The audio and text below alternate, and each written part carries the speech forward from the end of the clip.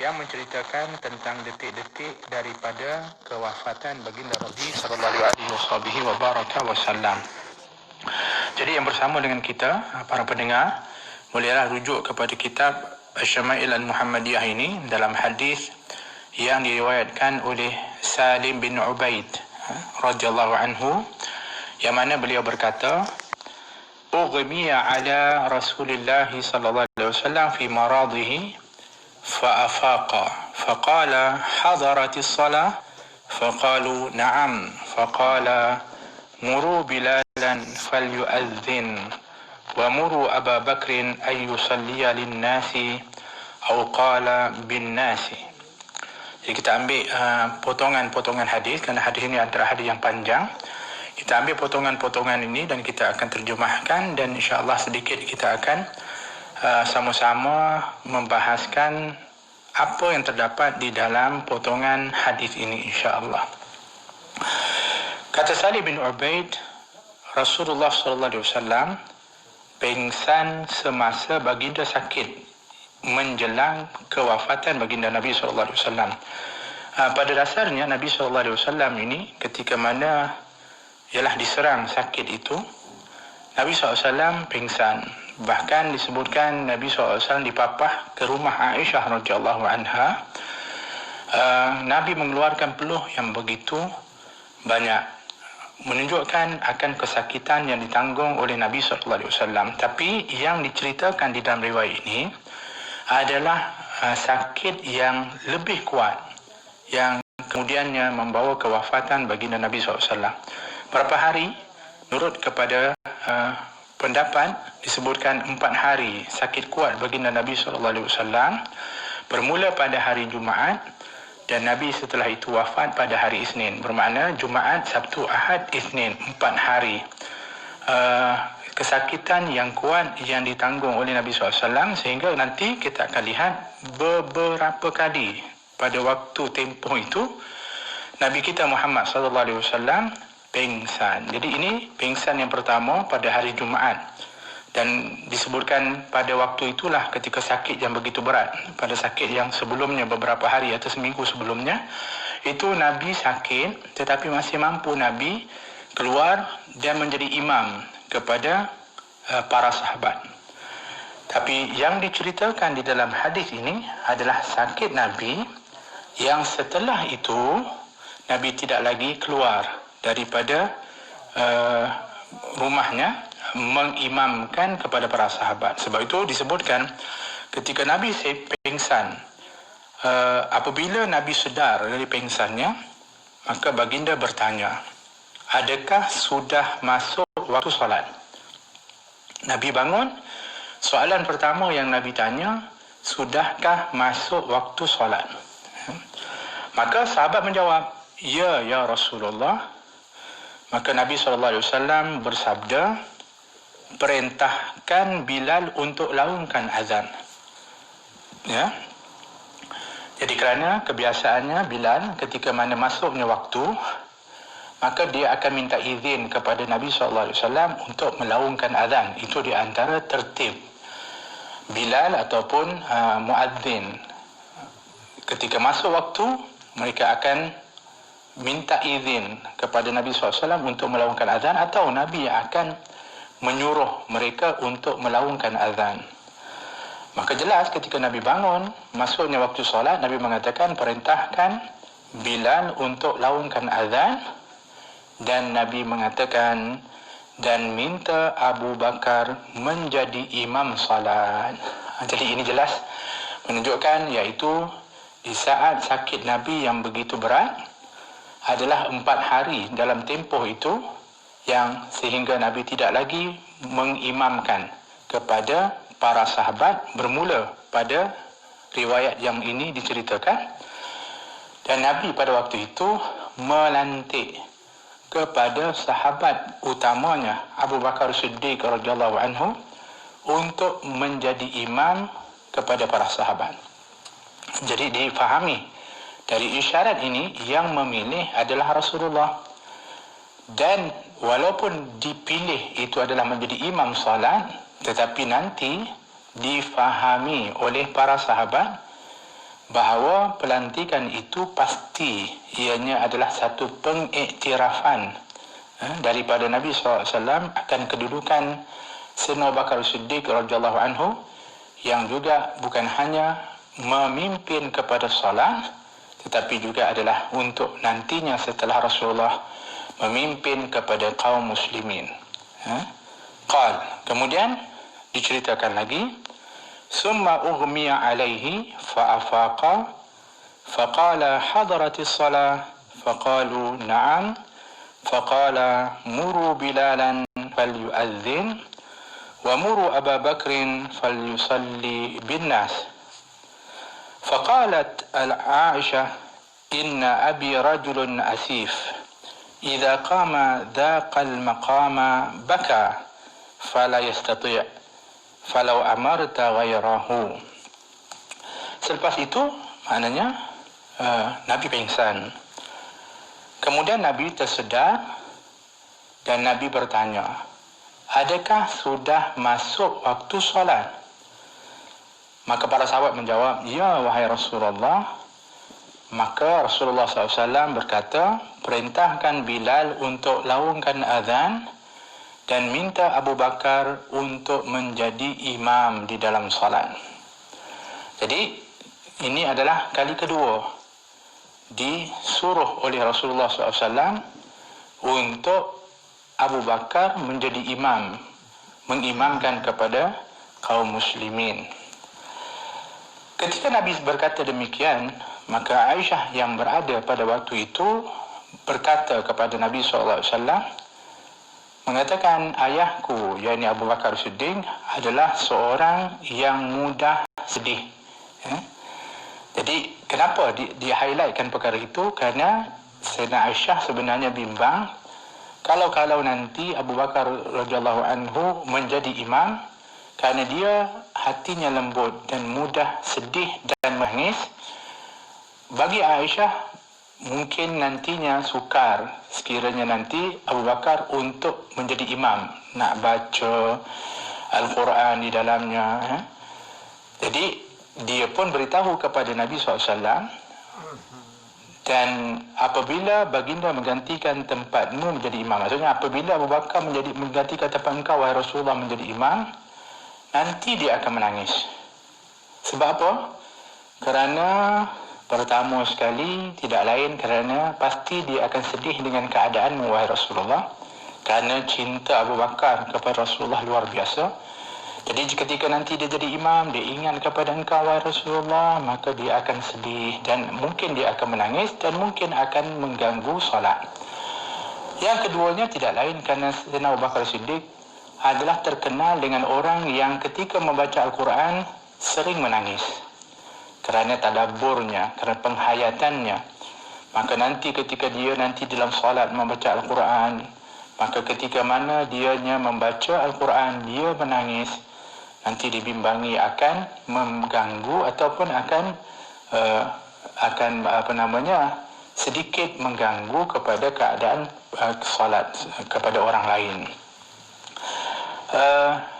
Jadi kata Sayyidina Aisyah radhiyallahu anha, bagi saya adalah lebih baik jikalau engkau wahai Rasulullah perintahkan orang lain menjadi imam.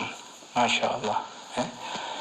Mustahil Sayyidina Aisyah ni nak menafikan kedudukan Abu Bakar. Mustahil, itu ayahnya.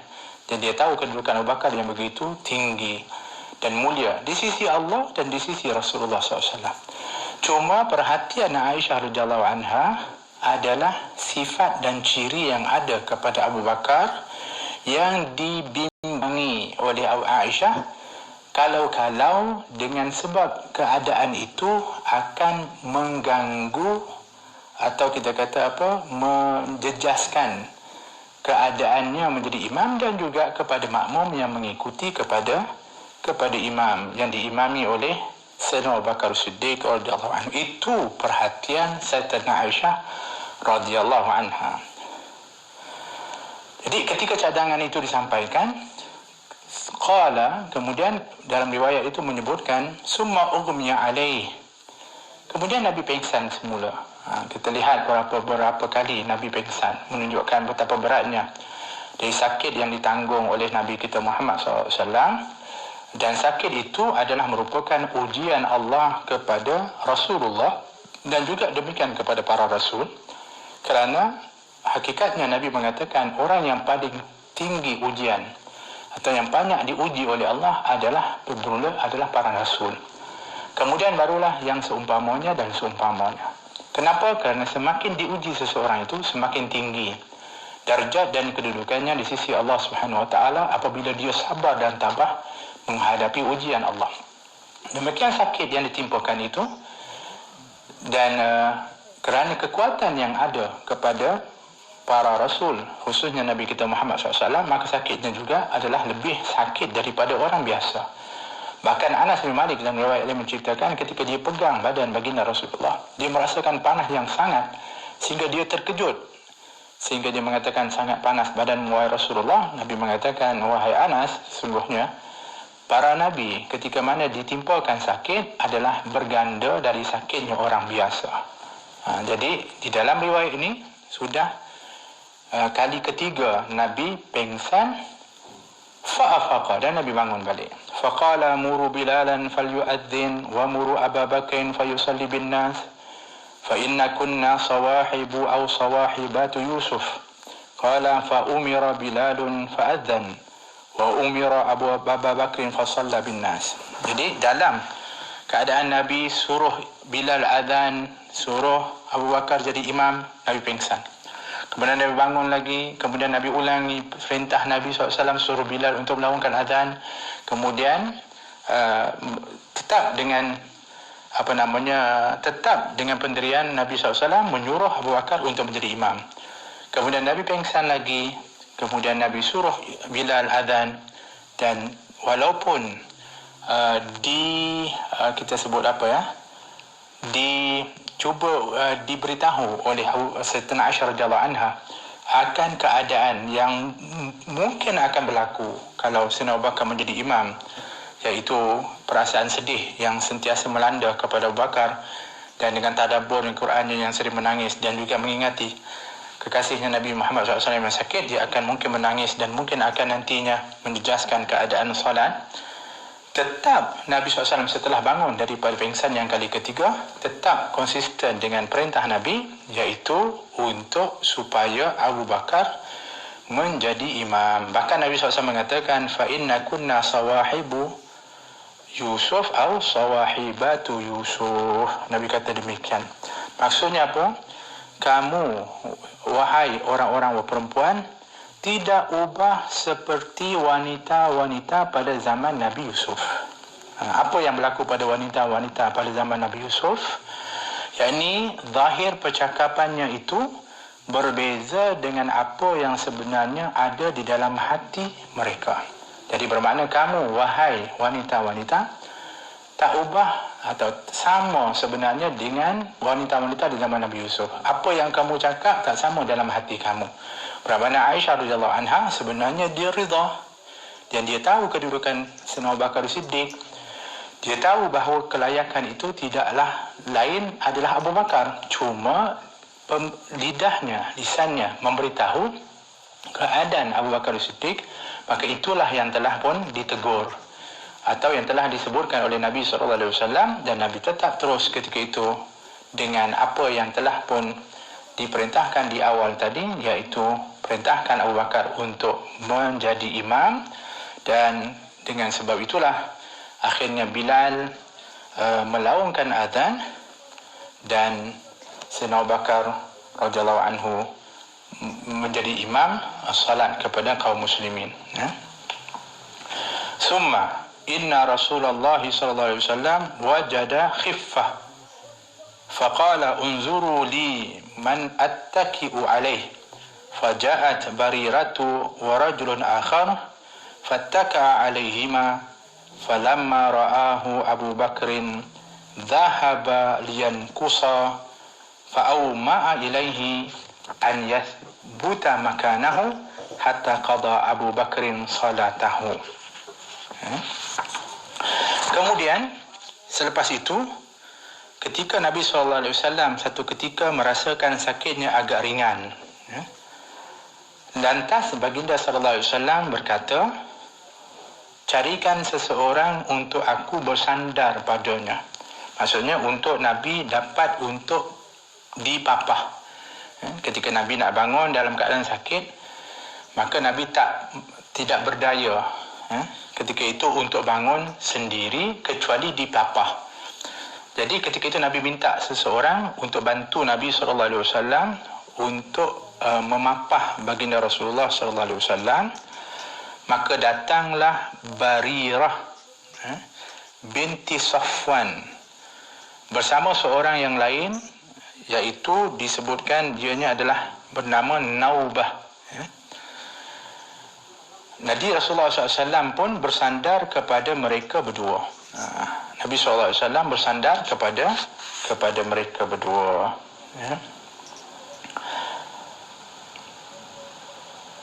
Jadi pada waktu itu Nabi SAW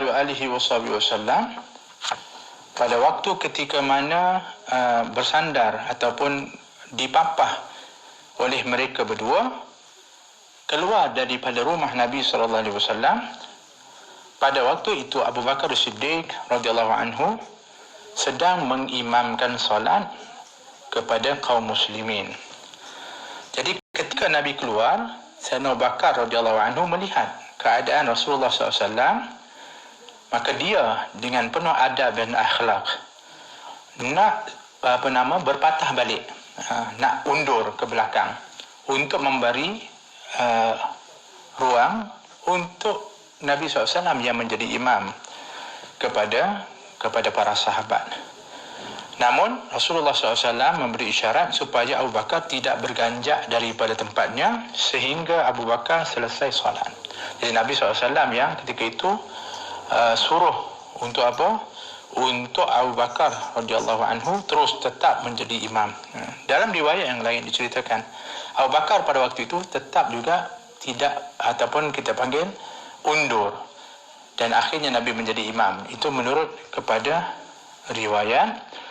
Ketika ditanya kepada Abu Bakar As-Siddiq, wahai Abu Bakar, kenapa kamu tak terus menjadi imam sebagaimana yang aku isyaratkan kepada kamu? Maka kata Abu Bakar As-Siddiq, siapalah aku, anak kepada Abu Quhafah, orang biasa ini, nak menjadi imam kepada Rasulullah sallallahu alaihi wasallam. Tawaduknya Sayyidina Abu Bakar As-Siddiq, penghormatan, pengagungan kepada Rasulullah sallallahu alaihi wasallam. Jadi dianya tidak mengikut perintah Nabi bukan kerana tidak taat dan juga melawan kepada Nabi, tetapi tidak mengikut kepada apa yang disuruh oleh Nabi kerana adabnya kepada Nabi Muhammad sallallahu alaihi wasallam. Begitu. Baik. Jadi ini yang separuh daripada hadis yang kita bacakan ini. InsyaAllah nanti kita sambung. Tapi yang kita boleh ambil daripada apa yang disebutkan, pertama sekali yang boleh untuk kita ambil perhatian di dalam kerataan hadis ini adalah sakit yang dihadapi oleh Nabi SAW itu adalah ketika di penghujung umur baginda Rasulullah SAW, dan dalam keadaan sakit itu Nabi ketika pengsan bangun pun yang Nabi ingat, yang paling awal Nabi ingat adalah solat. Subhanallah, itu juga menunjukkan kedudukan solat yang begitu penting dan utama. Nabi bangun dari pengsan, yang pertama menjadi perhatian Nabi adalah solat. Masya Allah. Jadi itu mengisyaratkan kepada kita betapa utamanya kedudukan solat. Dan lebih-lebih lagi Nabi mengatakan, iaitu biarkan Abu Bakar menjadi imam. Maksudnya menjadi perhatian Nabi bukan hanya solat, bahkan menjaga solat berjamaah. Kerana itu Nabi lantik Abu Bakar menjadi imam. Untuk menunjukkan apa? Penting solat jamaah itu, sebab Nabi bimbang kalau Nabi nanti tak keluar, orang-orang nanti akan solat sendirian. Kerana tak tahu siapa yang layak untuk menjadi imam. Maka Nabi cepat-cepat pada waktu itu telah melantik kepada Abu Bakar untuk menjadi imam supaya para sahabat dapat untuk solat secara berjamaah. Ini untuk menunjukkan betapa pentingnya solat berjamaah. Penekanan Nabi terhadap kepada sahabat agar menjaga solat berjamaah. Yang ketiga adalah arahan Nabi agar Abu Bakar menjadi imam. Itu juga adalah satu isyarat yang difahami bahawa pelantikan itu adalah satu pengiktirafan kepada kedudukan Abu Bakar Siddiq radhiyallahu anhu, dan juga disebutkan bahawa Nabi SAW ketika mana agak sihat sedikit, Nabi berusaha juga untuk bergabung dengan para sahabat. Itu yang kita ambil daripada setengah daripada riwayat dalam hadis ini, yang insya-Allah kita akan sambungannya insya-Allah selepas ini. Wallahu taala a'lam bis-shawab. Dengarkan seleksi lagu-lagu nasyid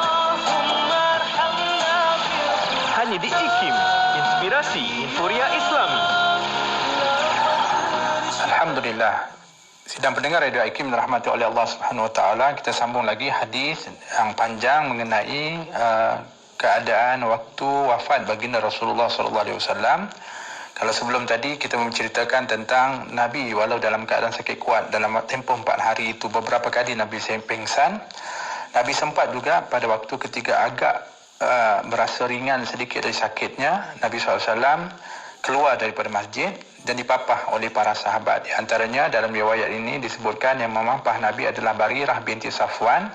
Dianya adalah bekas hamba Aisyah radhiyallahu anha, dan seorang lelaki yang disebut namanya Naubah, seorang hamba berkulit hitam. Dia memapah Nabi, Nabi keluar dan dilihat oleh Sayyidina Abu Bakar pada waktu menjadi imam kepada kaum muslimin pada waktu itu, dan Sayyidina Abu Bakar pada waktu itu nak undur, tetapi diisyarat kalau Nabi untuk meneruskan solat, dan sehinggalah selesai mengimamkan kepada para sahabat. Kemudian setelah itu, tapi di dalam riwayat yang lain juga, kalau kita lihat baik itu dalam Al-Bukhari dan juga Muslim, orang yang memangku kepada Nabi SAW ini ada beberapa orang yang disebutkan di riwayat. Di antaranya adalah ketika Nabi SAW sakit hendak wafat itu adalah Al-Abbas, dan seorang lelaki lain adalah Sayyidina Ali karamallahu wajhah. Dalam riwayat lain juga disebutkan Al-Abbas dan anaknya Al-Fadl.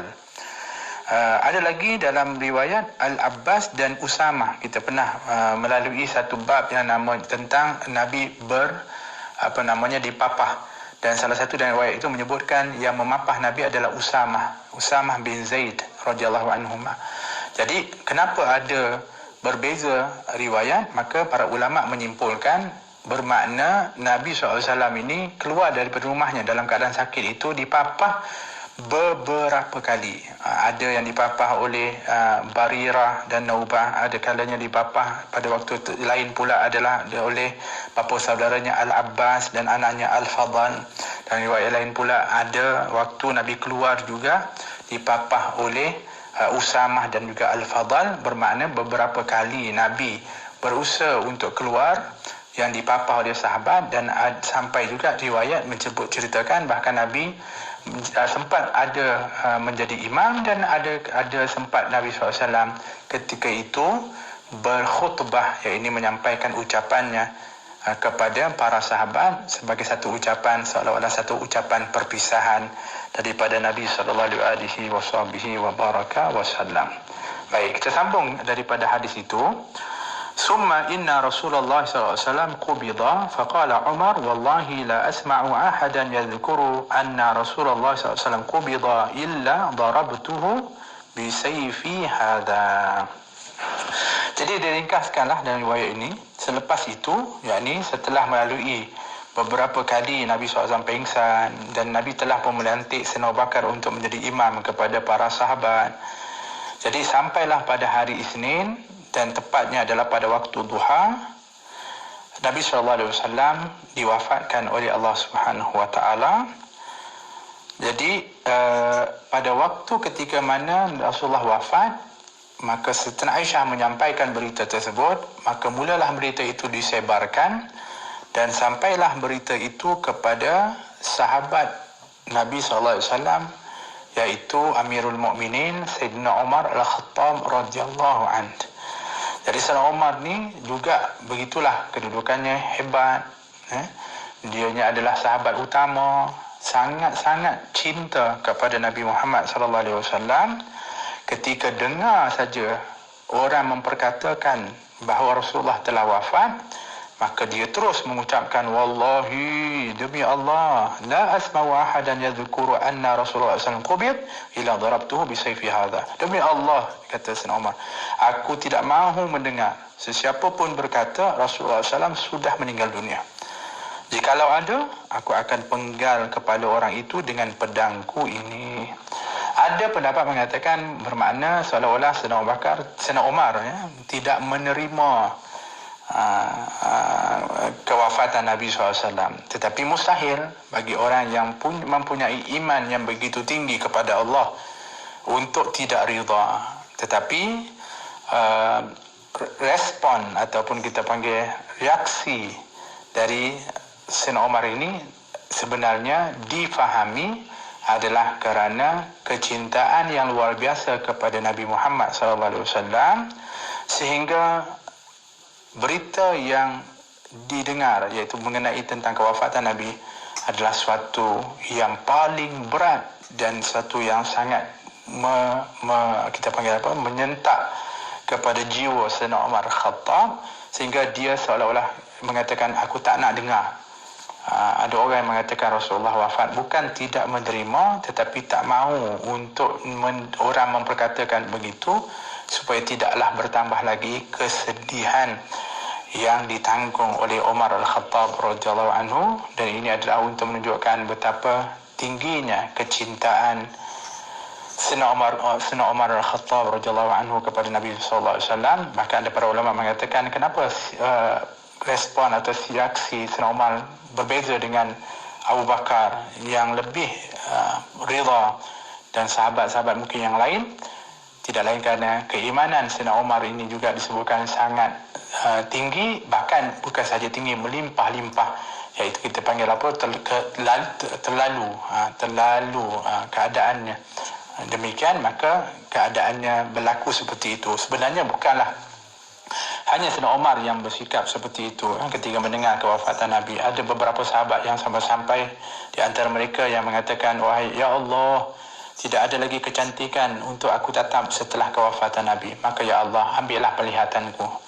Dan serta-merta disebutkan riwayat itu, Allah cabut penglihatannya, buta pada waktu itu. Dia yang mohon kepada Allah kerana dia rasa tak ada lagi yang dapat, keindahan yang dapat dilihat berbanding kepada Nabi kita Muhammad SAW. Subhanallah, bayangkan suasana pada waktu itu, sahabat menghadapi berita yang begitu berat tentang kewafatan insan yang paling agung, yang paling dicintai, tak ada lebih cintai daripada makhluk ini dan daripada kalangan manusia, berbanding daripada Nabi Muhammad sallallahu alaihi wasallam. Maka reaksi ini adalah merupakan reaksi kecintaan dan kerinduan kepada Nabi Muhammad sallallahu alaihi wasallam. Qal wa kana an-nasu ummiyina lam yakun fihim nabiyyun qablah. Ketika itu orang yang ada di situ tidak tahu mahu buat apa kerana mereka tidak mempunyai nabi sebelum Rasulullah sallallahu alaihi wasallam. Jadi setelah dah mereka disebarkan, mereka ada yang ialah kita kata berat, rasa nak terima sebab apa, terlalu cinta. Bukan tak terima, tapi rasa berat, rasa macam aduh, macam mana boleh kehilangan Nabi SAW. Barulah setelah itu pada waktu petang mereka menerima daripada kewafatan Nabi SAW. Sebab tu kan disebutkan dalam riwayat Anas, dalam riwayat yang sebelumnya disebutkan Nabi itu dikatakan telah wafat pada waktu petang, bukan pada waktu petang, pada waktu duha, tapi diterima dengan secara menyeluruh adalah pada waktu petang. Jadi yang menjadi pula setelah itu pemikiran atau yang difikirkan, apa nak dilakukan, Rasulullah dah wafat, apa nak dibuat dengan jenazah yang suci mulia ini, iaitu Rasulullah sallallahu alaihi wasallam. Ya. Jadi mereka pun berkata, faqalu ya Salim intaliq ila sahibi Rasulillah sallallahu alaihi wasallam fad'uhu. Fa'ataitu Abu Bakr wa huwa fil masjid fa'ataituhu abki dahishan. Jadi nak cerita kata tadi, respon Sayyidina Umar dalam keadaan macam itu, maka sahabat-sahabat jadi takut. Macam mana ni nak menenangkan kepada sahabat-sahabat, terutamanya Sayyidina Umar Al-Khattab radhiyallahu anhu, dan mereka tak tahu macam mana nak berhadapan dengan kewafatan Nabi sallallahu alaihi wasallam. Mereka ini adalah disebut ummi, orang satu bangsa yang tidak mempunyai nabi sebelumnya. Mereka adalah ahlu fatrah yang memang terputus zaman Nabi itu daripada Nabi Isa kepada Nabi Muhammad SAW dalam tempoh yang lama. Jadi akhirnya mereka berkata, wahai Salim, pergilah bertemu dengan sahabat Rasulullah SAW. Dia perintahkan seorang sahabat bernama Salim untuk nak pergi jumpa dengan sahabat Rasulullah. Yang dimaksudkan di sini adalah Abu Bakar Siddiq radhiyallahu anhu, iaitu maksudnya, wahai Salim, pergilah jumpa dengan sahabat Rasulullah Abu Bakar tu dan panggil dia datang ke sini. Jadi kata Salim tadi yang meriwayatkan ni, aku pun pergi bertemu dengan Abu Bakar. Sahabat Salim bin Ubaid ni, dia pergi cari Abu Bakar, dia jumpa Sayyidina Abu Bakar, dan dia jumpa Abu Bakar pada waktu itu sedang berada dalam masjid. Maknanya Sayyidina Abu Bakar dah duduk dekat dah berada dalam masjid. Dan ketika aku berjumpa dengan Sayyidina Abu Bakar, pada waktu itu dalam keadaan menangis dan dalam keadaan kebingungan. Jumpa Abu Bakar pun sedih, dalam keadaan sedih. Salim bin Ubaid jumpa dengan Sayyidina Abu Bakar pun, dia tengok Sayyidina Abu Bakar pun sedih, dia pun menangis, dan juga dia dalam keadaan nampak kebingungan. Falamma ra'ani, jadi Sayyidina Abu Bakar kita tengok Salim bin Ubaid ni dalam keadaan kebingungan menangis, maka dia mengatakan, aqubida Rasulullah sallallahu alaihi wasallam. Maka dia tanya, wahai Salim, adakah Rasulullah SAW sudah meninggal dunia? Qultu inna Umar yaqul la asma wahadan yadhkuru anna Rasulullah SAW qubid ila darabtuhu bisayfi hadha. Faqala li intalik fantalaqtu ma'ahu. Jadi dia tanya, adakah Rasulullah telah wafat? Ada riwayat mengatakan pada waktu ketika Nabi SAW pada waktu itu wafat, Sayyidina Abu Bakar tidak berada berdekatan dengan Rasulullah SAW. Ketika itu dia berada di satu tempat bernama Aliyah bersama dengan isteri dia. Sebab tu yang ketika mana Salim jumpa Sayyidina Abu Bakar dekat masjid, pada waktu itu Sayyidina Abu Bakar sendiri pun dalam keadaan sedih, tapi dia tak dengar lagi berita, kecuali dia lihat Salim bin Ubaid dalam keadaan sedih itu dan kebingungan, menangis. Maka dia cepat-cepat tanya, adakah telah wafat baginda Nabi SAW? Maka Salim bin Ubaid kata, dia nak jawab Rasulullah wafat, tapi dia rasa takut. Takutnya kenapa? Sebab Umar dah bagi warning. Umar kata, aku tidak mahu dengar siapa pun berkata Rasulullah SAW meninggal dunia. Jika ada, aku akan penggal kepala orang itu dengan pedangku ini. Jadi itu jawapan yang diberikan oleh Salim kepada Abu Bakar, apa yang disebut oleh Sayyidina Umar. Maknanya aku tak berani nak sebut, tapi Sayyidina Abu Bakar Umar bagi warning, jangan sebut Rasulullah meninggal, kerana dia akan pancung kepala orang yang cakap. Apabila dengar je apa yang disampaikan oleh Salim, maka Sayyidina Abu Bakar kata, jom kita pergi. Maka aku pun pergilah bersama dengan Sayyidina Abu Bakar radhiyallahu anhu ke mana? Sudah tentulah ke rumahnya Rasulullah sallallahu alaihi wasallam. Jadi maknanya Sayyidina Abu Bakar pada waktu itu berada di Aliyah, dekat masjid, berada di daerah itu. Kemudian setelah itu dia pun pergi dengan Salim ke rumah Nabi sallallahu alaihi wasallam. Faja'a huwa wan nasu qad dakhalu ala Rasulillah sallallahu alaihi wasallam. Faqala ya ayyuhan nas afriju li fa afraju lahu faja'a hatta akabba alaihi, يعني على رسول الله صلى الله عليه وسلم ومسه فقال إنك ميت وإنهم ميتون.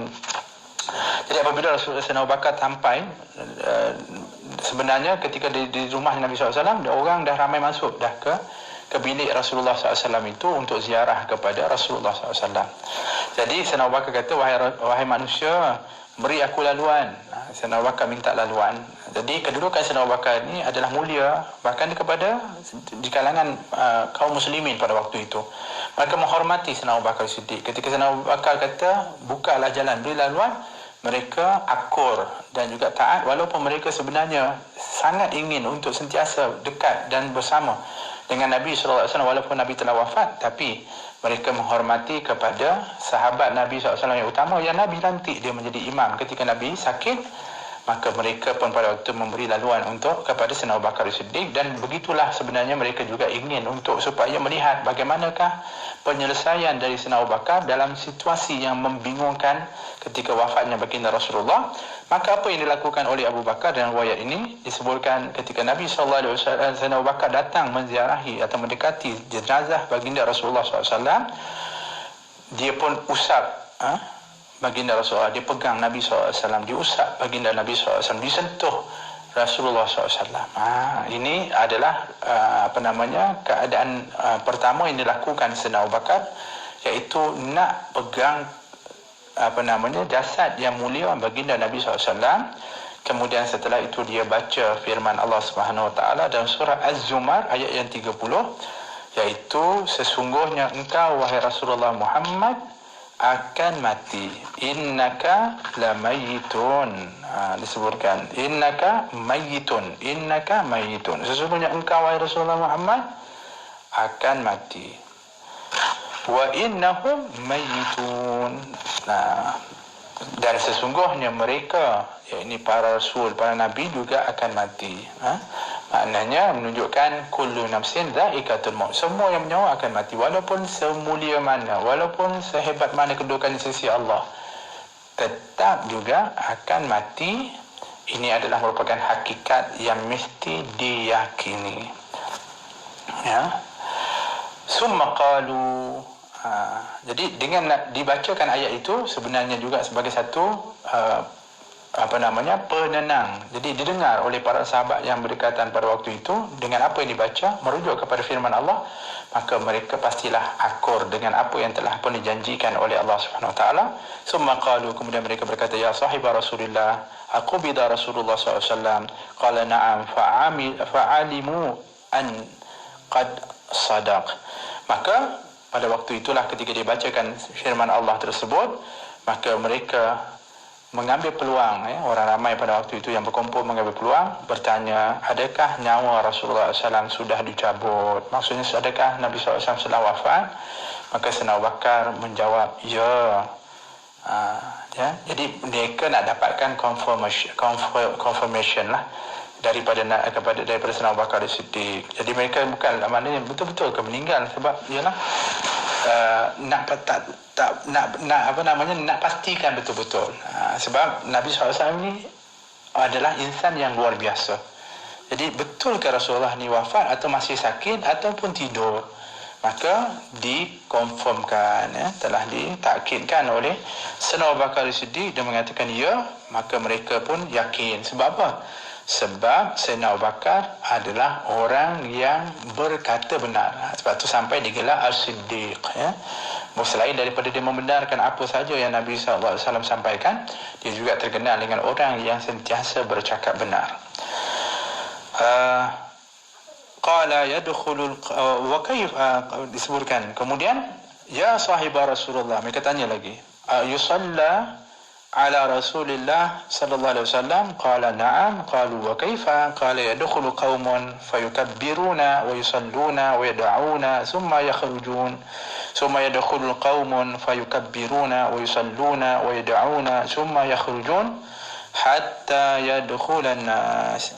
Kemudian orang tanya lagi, wahai sahabat Rasulullah SAW, adakah jenazah Rasulullah SAW ini disembahyangkan? Adakah kita kena sembahyangkan jenazah, sedangkan dia adalah insan yang paling mulia? Sudah tentulah dianya ialah kalau dalam solat itu kita mendoakan, kita seolah-olah kita kata memberi satu syafaat, sedangkan kedudukan Nabi SAW itu cukup mulia dan dia tak perlu pun kepada syafaat kita dan juga doa kita, maksudnya dipahami begitu. Tetapi Sayyidina Abu Bakar mengatakan ya, tetap juga kerana ini adalah merupakan kewajipan yang mesti dilaksanakan kepada seseorang yang meninggal dunia. Kerana seorang yang meninggal dunia itu wajib fardu kifayah untuk dilaksanakan 4 perkara. Yang pertama sekali adalah dimandikan, yang keduanya adalah dikafankan, ketiganya adalah disolatkan, yang keempat adalah dikuburkan. Jadi tetap juga walaupun Rasulullah SAW mempunyai kedudukan yang mulia, memanglah Nabi SAW tidak perlu pun sebenarnya kepada syafaat dan juga kepada yang lain, kerana dia adalah insan kekasih Allah Subhanahu Wa Taala dan mempunyai kedudukan yang cukup tinggi, paling tinggi dan paling dicintai oleh Allah Subhanahu Wa Taala. Tetapi tetap kewajipan itu dilaksanakan. Itu yang disebutkan oleh Sayyidina Abu Bakar Siddiq radhiyallahu anhu. Maka mereka bertanya lagi, bagaimana caranya nak solatkan kepada jenazah Nabi SAW?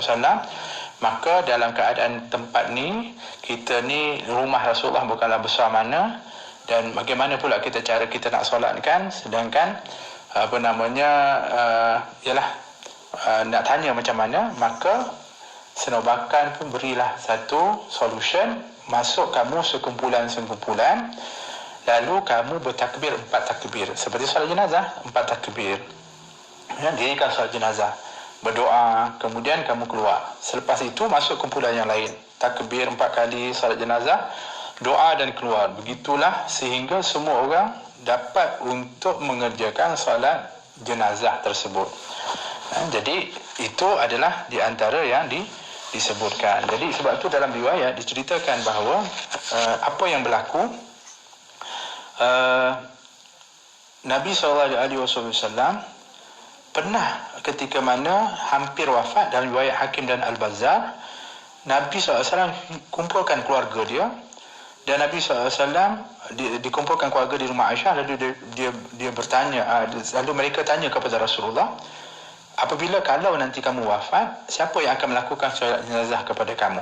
Itu ditanya. Sebelum Nabi yang jawab, Nabi kata, kalau kamu telah memandikan aku dan kafankan aku, letakkan aku di atas katil. Kemudian kamu keluar meninggalkan aku sekejap. Mana keluar dulu. Kerana apa? Bagi pertama sekali yang akan solatkan aku adalah Jibril alaihi salam. Kemudian Jibril selesai salat, malaikat Mikail pula yang akan salatkan jenazah aku. Kemudian Israfil, kemudian Izrail, iaitu malaikat maut, dan juga tentera-tenteranya. Kemudian mulalah para malaikat yang lain akan salatkan jenazah aku. Kemudian setelah itu barulah kamu masuk untuk melakukan salat jenazah aku, sekumpulan demi sekumpulan. Dan Nabi kata, ucapkan selawat dan salam untukku, dan janganlah kamu sakiti aku dengan tangisan-tangisan dan raungan.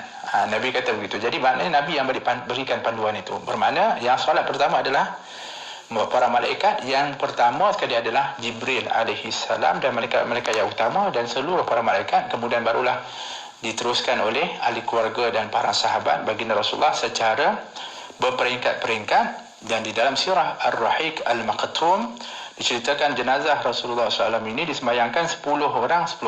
Datang 10 orang masuk solat, 10 orang lain dia keluar, 10 orang masuk. Tapi solatnya itu tidak berimam. Setiap 10 orang yang datang tu, setiap orang solat sendiri-sendiri, menyolatkan jenazah baginda Rasulullah SAW. Bermula daripada keluarga, kemudian daripada sahabat, daripada muhajirin, kemudian daripada ansar, kemudian ke orang-orang perempuan, kemudian barulah kanak-kanak. Ya, jadi begitu. Kemudian qalu ya sahiba Rasulullah, ya sahiba Rasulillah, ayudfanu Rasulullah SAW? Qala na'am. Qalu aina? Qala fil makan alladhi qabada Allahu fihi ruha, fa inna Allah lam yaqbid ruhahu illa fi makanin tayyib. Fa'alimu an qad sadaq, summa amarahum an yughassilahu banu abihi. Kemudian orang tanya lagi, mana masa tu dengan kecoh-kecoh tu, selesai dah bab macam mana nak tunaikan solat kepada Nabi SAW. Yang ni nak tanya tentang bagaimanakah adakah jenazah Rasulullah ini akan dikebumikan. Itu ditanya. Maka sahabat kata ya, kerana ini adalah juga merupakan kewajipan yang mesti dilaksanakan kepada orang yang telah meninggal dunia. Maka dia tanya pula, mereka tanya kat mana nak dikuburkan kepada Nabi SAW.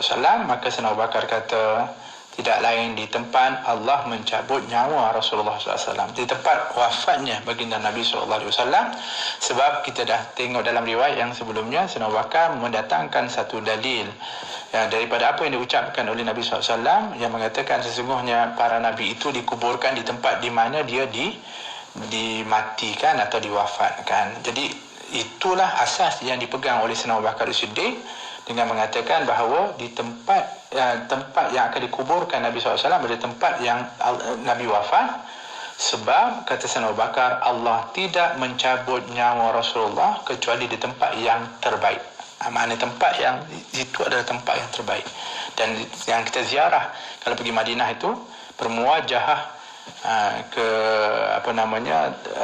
di depan untuk memberi salam kepada Nabi, itu adalah tempat terbaik di atas muka bumi Allah Subhanahu wa taala, sehingga dia terpilih tempat itu untuk adanya jasad yang paling mulia di sisi Allah Subhanahu wa taala. Maka mereka dengar daripada apa yang disebutkan oleh Sayyidina Abu Bakar, mereka yakin sebab Sayyidina Abu Bakar adalah orang yang bercakap benar. Selepas itu Sayyidina Abu Bakar pun menyuruh orang ramai yang ada di situ menyiapkan maksudnya Sayyidina Abu Bakar suruh untuk memandikan kepada Nabi sallallahu alaihi wasallam.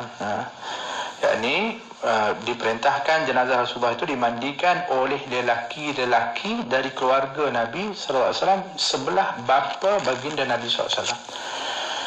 Jadi isyarat ini untuk memberitahu yang paling utama untuk memandikan jenazah ini adalah ahli keluarga yang paling dekat kepada jenazah. Jadi sebab itulah Sayyidina Abu Bakar kata yang mandikan kena mandikan dulu Rasulullah, yang akan memandikan adalah daripada keluarga di sebelah bapa baginda Rasulullah sallallahu alaihi wasallam.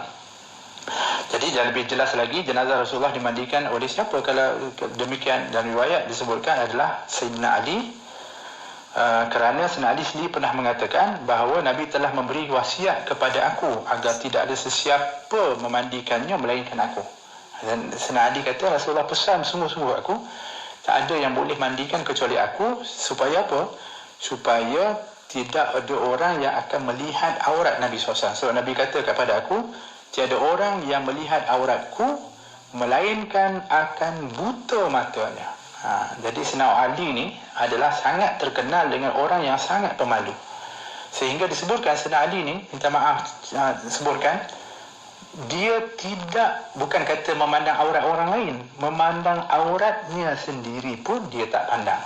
Macam tu terpeliharanya Sayyidina Ali karamallahu wajhah ni, sehingga dianya dilantik, diwasiatkan untuk memandikan jasad yang mulia, iaitu Nabi Muhammad sallallahu alaihi wasallam. Sebab Nabi yakin bahawa Sayyidina Ali adalah orang yang paling layak dan tidak nantinya akan melihat kepada aurat Nabi sallallahu alaihi wasallam. Dan ini juga tidak lain menunjukkan kedudukan dan keutamaan dari sahabat yang mulia Sayyidina Ali, menantunya iaitu Sayyidina Ali karamallahu wajhah. Baik. Tapi ialah kerana nak mandikan tu perlulah dibantu, tapi yang memandikan secara menyeluruh atas Sayyidina Ali, tetapi dibantu ketika itu adalah oleh saudara-saudaranya daripada keluarga yang sebelah bapa Nabi SAW, iaitu Al-Abbas, bapa saudara Nabi, Al-Fadal, anak Al-Abbas, Qutham, iaitu anak Al-Abbas. Ini Qutham ni kalau ada yang mungkin pernah ziarah ke Uzbekistan, disebutkan makamnya Qutham itu berada di Uzbekistan. Berada di Uzbekistan. Jadi ada yang ziarah ke makamnya Qutham bin Al-Abbas. Yang dia ni kemudian setelah itu berdakwah sampai ke Uzbekistan. Masya Allah. Dia juga adalah yang membantu di dalam memandikan jenazah yang mulia baginda Nabi SAW. Kemudian Usamah bin Zaid, hubbi Rasulullah, orang yang sangat dikasihi, anak orang yang dikasihi, iaitu Usamah bin Zaid. Dan Syakran, yakni bekas hamba Nabi SAW yang dapat kemuliaan untuk juga membantu untuk memandikan jenazah yang mulia baginda Nabi SAW. Kemudian orang yang kemudian disuruh untuk menyediakan daripada kubur. Maknanya setelah itu, sampai-sampai itu disediakan daripada kubur, dikorek kubur.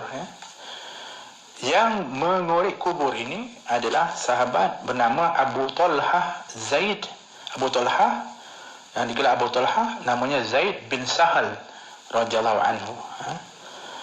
Jadi dia ni angkat hamparan di tempat Rasulullah SAW wafat. Rasulullah wafat kat situ. Rasulullah pun dipindahkan untuk dimandikan.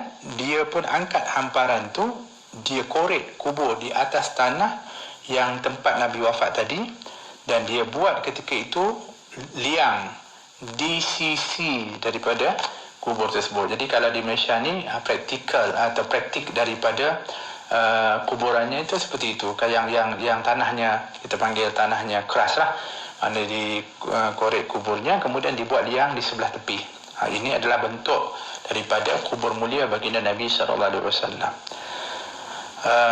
Kemudian wajtama'al muhajirun yatashawarun faqalu intalik bina ila ikhwanina minal ansar nudkhiluhum ma'ana fi hadha al-amr. Faqalat al-ansar minna amirun wa minkum amir. Setelah itu kaum muhajirin bermusyawarah dalam keadaan ketika mana diuruskan jenazah Nabi SAW, ialah kerana mereka pun dah menerima kewafatan Nabi SAW, maka yang menjadi perhatian mereka, siapa nanti yang akan memimpin kepada kaum muslimin. Sudah tentulah diperlukan, dan kita perlukan kepada kepimpinan. Maka orang-orang muhajirin pada waktu itu bermusyawarah tentang siapa yang layak untuk menjadi khalifah setelah Nabi SAW. Maka akhirnya mereka kata, mari kita jumpa dengan saudara kita daripada kaum Ansar. Itu yang paling penting. Sebab kita ni bukan kita saja, kita ni bersama-sama. Kita semua kaum muslimin adalah bersaudara. Baik muhajirin, baik Ansar, itu adalah sama. Cuma kita kena bermusyawarah. Mari kita jumpa mereka. Maka kita ajak mereka ni untuk berbincang masalah ini, tentang nak pilih siapa khalifah setelah Nabi SAW. Lalu seorang daripada kaum Ansar dah kumpul. Di antaranya disebutkan pada waktu itu orang-orang Ansar berkumpul di Thaqifah Bani Sa'idah. Di Thaqifah Bani Sa'idah, satu tempat bernama Thaqifah Bani Sa'idah. Maka orang muhajirin pun datang ramai-ramai dekat situ. Pada waktu dia lihat orang muhajirin dah sampai semua, maka seorang Ansar bangun, dia kata, iaitu Al-Hubab bin Al-Munzir. Dia kata macam inilah, daripada kalangan kami seorang pemimpin, daripada kalangan kalian seorang pemimpin. Selesai masalah. Dia kata begitu. Maknanya dari Ansar, kami orang Ansar pun ada pemimpin, kamu daripada orang muhajirin pun ada pemimpin. Maknanya ada dua kepimpinan. Itu cadangan dari seorang wakil Ansar, iaitu Al-Hubab bin Al-Munzir. Baik. فقال عمر بن الخطاب رضي الله عنه من له مثل هذه الثلاثة ثاني اثنين إذ هما في الغار إذ يقول لصاحبه لا تحزن إن الله معنا من هما قال ثم بسط يده فبايعه وبايعه الناس بيعة حسنة جميلة. Jadi ketika dengar cadangan itu, Sayyidina Umar pada waktu itu cepat-cepat membalas dengan mengatakan, siapa yang memiliki tiga keutamaan ini. Keutamaan mana? Keutamaan yang dia dalilkan dengan firman Allah dalam surah At-Taubah, ayat yang ke-40, iaitu Allah berfirman, thaniyasnaini idh huma fil ghar idh yaqulu li sahibihi la tahzan innallaha ma'ana.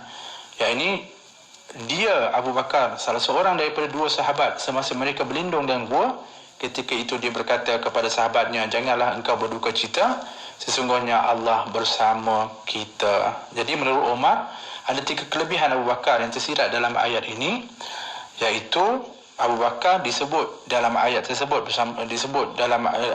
bersama Rasulullah. Ayat itu juga memperakui persahabatan Abu Bakar dengan Rasulullah. Ketika mana ayat itu menyebutkan ketika dia, yakni Rasulullah SAW, berkata kepada sahabatnya, idh qala li sahibihi. Itu satu pengiktirafan persahabatan di antara Abu Bakar dan juga Rasulullah. Dan yang ketiganya adalah untuk mengisbatkan kebersamaan Allah. Maknanya dari segi penjagaan dan pertolongan dia dengan Rasulullah dan Abu Bakar. Apabila disebutkan innallaha ma'ana, sesungguhnya Allah bersama dengan kita. Jadi itu menunjukkan dari 3 keutamaan Sayyidina Abu Bakar Siddiq radhiyallahu anhu. Jadi dikatakan siapakah 2 orang itu dalam ayat ini? Jadi tidak lain adalah Abu Bakar. Maka selepas itu Umar menghulurkan tangan lalu membaiat Abu Bakar Siddiq, dan orang ramai pun di situ turut membaiat kepada Abu Bakar dengan baiat yang baik dan indah.